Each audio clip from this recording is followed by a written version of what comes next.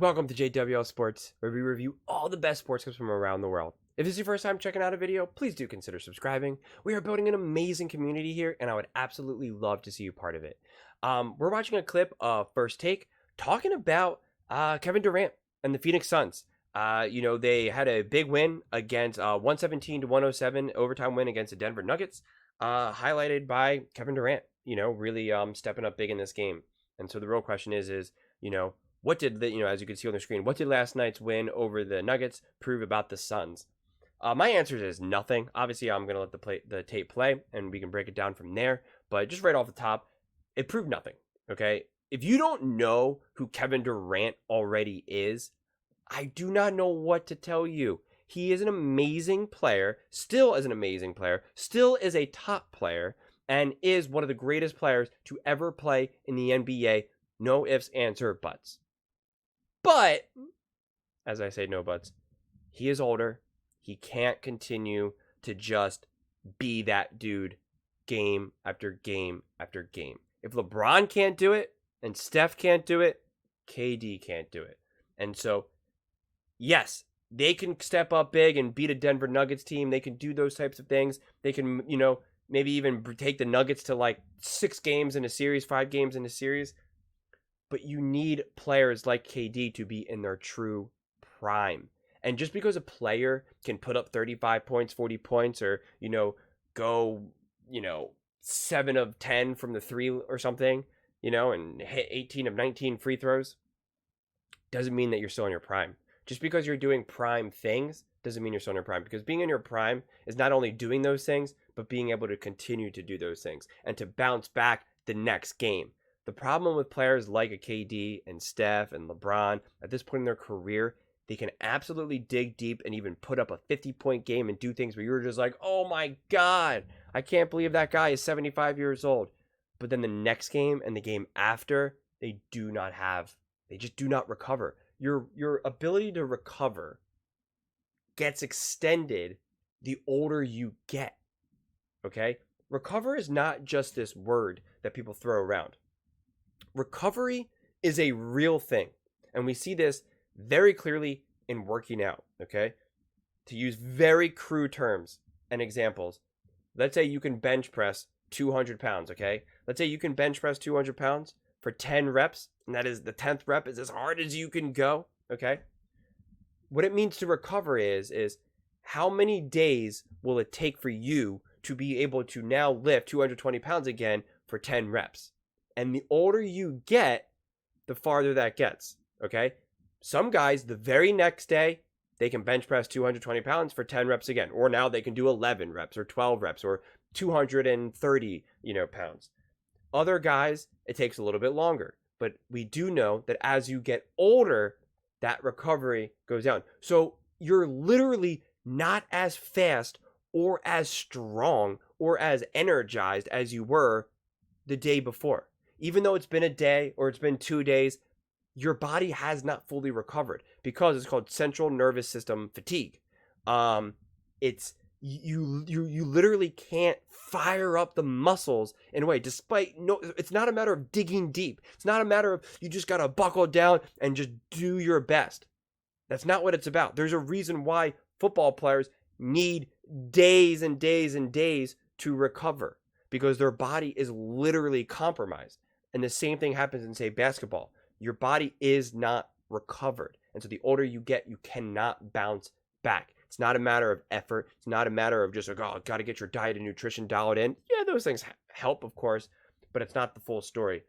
That is the problem that, say, a team like the Phoenix Suns face. I give a little bit longer of a rant at the top of the clip, but it's very important to really understand that. KD can close games like no other. We talk about longevity with LeBron James. We talk about it with Stephen Curry. A lot of times we leave KD out the mix. This is a guy who's in his late 30s, still propelling teams to win. Can get a shot over anybody at any time. Big win in Denver last night without Devin Booker, who's probably, I don't want to say their best player, but maybe their most important player. They're dangerous. This is a team that you don't want to see first round. We're talking about a team that's a pencil in or possible bubble team. They have shooting. Grayson Allen having a career year. Eric Gordon can shoot the lights out. Royce O'Neal's been a very slept-on pickup, a guy who can guard in today's game 1 through 4. Nurkic has size and at least somebody who can bang around with Jokic down there. And then obviously at the helm you have Kevin Durant, Brad Beal, and Devin Booker. This is a team that has firepower, and in the playoffs when the game slows down and you need guys who can get a bucket on their own, they have 3 of them. Yeah. Brad Beal has to continue to find his way and find his fit. I always like to compare him to Ray Allen, that team in 08 to Boston. He was a guy who was his own show when he was with Milwaukee and in Seattle, but then when he went to Boston was able to figure out a way to get shots off the catch and shoot. I think Brad needs to be a guy who can do his ISO stuff, but needs to continue to do stuff more catch and shoot and play through Kevin and Devin. This is a team that you don't want to see early on. Yeah, I've said this a ton this season, and I said it yesterday on the show when we talked about the Suns. One of the issues when you decide to build a super team is that you are giving up some roster flexibility and depth. And so this team was always going to struggle in the win-loss column if one of these guys got hurt. Kevin Durant has missed 7 games. Booker now has missed 12 games. Bradley Beal has missed 29 games. They just haven't had the depth. Austin brings up Royce O'Neal. Look, their top 7, I put their top 7 against almost any team in basketball. When we talk about Nurkic, Grayson Allen, Eric Gordon, Royce O'Neal, and the big 3, they all complement each other. You can look at lineup data, right? And of any 5-man lineup that has played over 250 minutes together, they have one of 5 of those lineups that have outscored opponents by more than 10 points per 100 possessions. They are a good team when they're healthy. They're an absolutely good team. The other thing that I like about their team right now, assuming health in the playoffs, they can play a number of ways. So they can play big with Nurkic, use him as a hub offensively. I think he's had an outstanding season. They can go small with Kevin Durant at the 5 and just outshoot you. Grayson Allen has been a perfect complementary player. He's having a career year, leading the NBA in three-point percentage, had another big night last night. This is a really good basketball team. And we spend so much time talking about the Lakers. We spend so much time talking about the 4 best teams in the Western Conference. We should not be overlooking the Phoenix Suns when it comes to real playoff runs and real playoff contention. They are a damn good basketball team. But is it? So here's the thing. And I hear what JJ Redick is saying, and I don't necessarily disagree. One, I wouldn't refer to them as a super team because KD is older. So I just don't think that's really necessarily fair. If this was 5 years ago for KD, then I would say sure, but it's just not fair. And yes, when you build this team and you give up assets and you have to give up depth and flexibility, which is what the Phoenix Suns had to do, come time playoffs, the bench shortens up anyway. So the bench becomes significantly less important.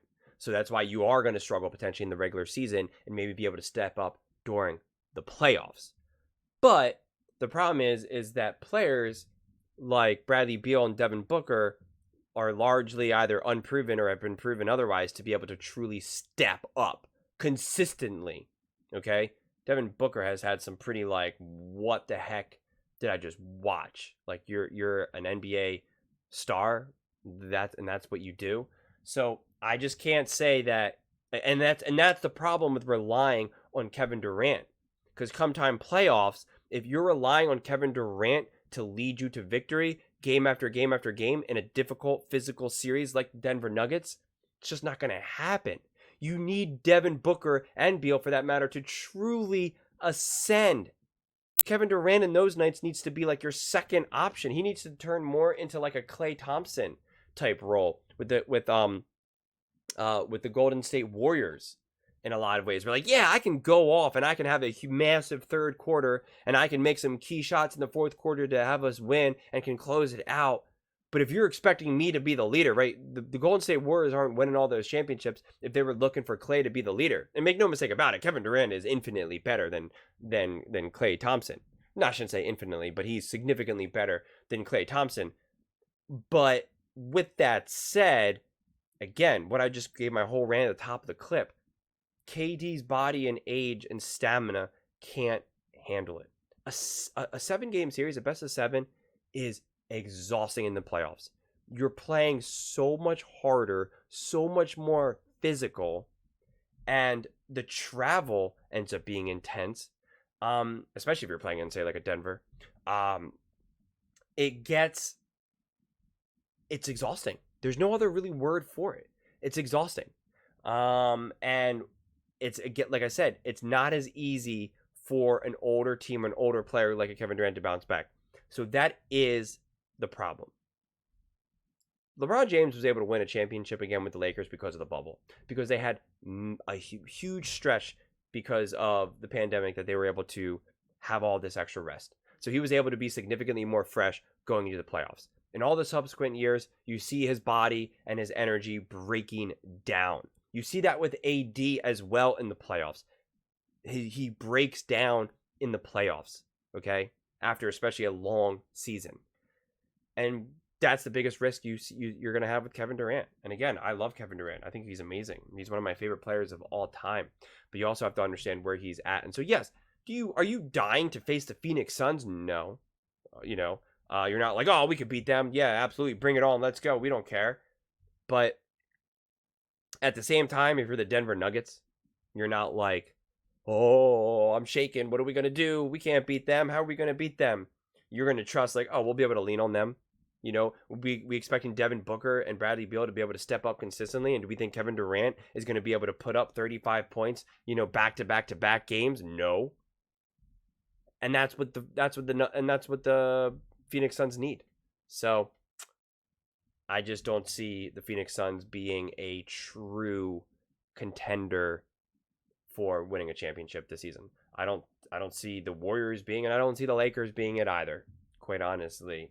And OKC to me is kind of a dark horse, but they're super young, and so I don't really know what happens when the bright lights come up. And that is ultimately the biggest benefit that KD has actually over anyone else right now for